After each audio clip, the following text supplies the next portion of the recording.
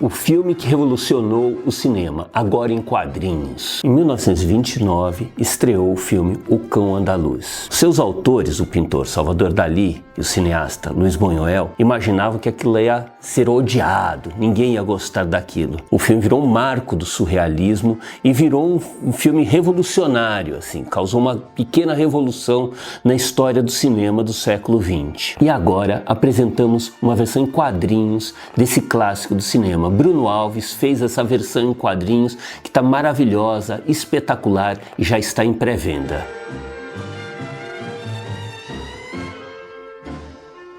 O Cão Andaluz em si, pra mim, ele contesta muito e registra a minha vontade com as histórias em quadrinhos. Muito também de registrar um pouco de como pegar aquela referência que eu tive no filme e trazer pra experiência com o trabalho em quadrinhos, por exemplo.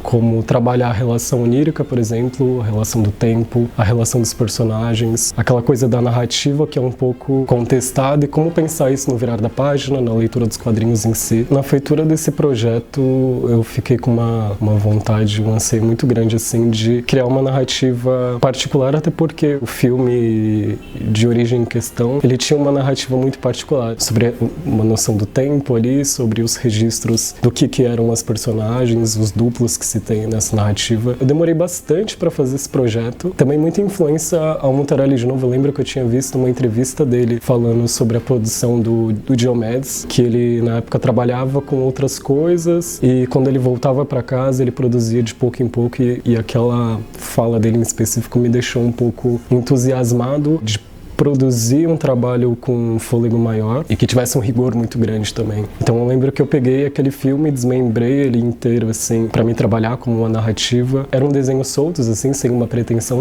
de ser uma história em quadrinho. E quando eu vi aquele projeto um pouco tomando fôlego, assim, eu vi que daria uma narrativa própria também. O Cão Andaluz, pra mim, tinha uma questão muito particular com imagens que ficavam registradas pra mim durante muito tempo. E ao mesmo tempo que eu queria desvendar, me encantava muito a noção dos mistérios que se carregavam naquele trabalho em si. Então comecei a fazer uma série de desenhos que na época tinha o meu interesse por trabalhar com a rachura, muito influenciado também pelo Mutarelli, o desenho dele assim em questão, algumas gravuras que na época eu tava gostando muito, como Goya, por exemplo, assim, que tinha uma atmosfera muito particular no trabalho e muito encantado por essas duas referências, trabalhar o tipo de traço nisso e ter uma particularidade também enquanto os desenhos. O quadrinho, ele segue em pré-venda pelo site da Veneta. Eu gostaria de convidar vocês para conhecer esse sonho estranho muito particular.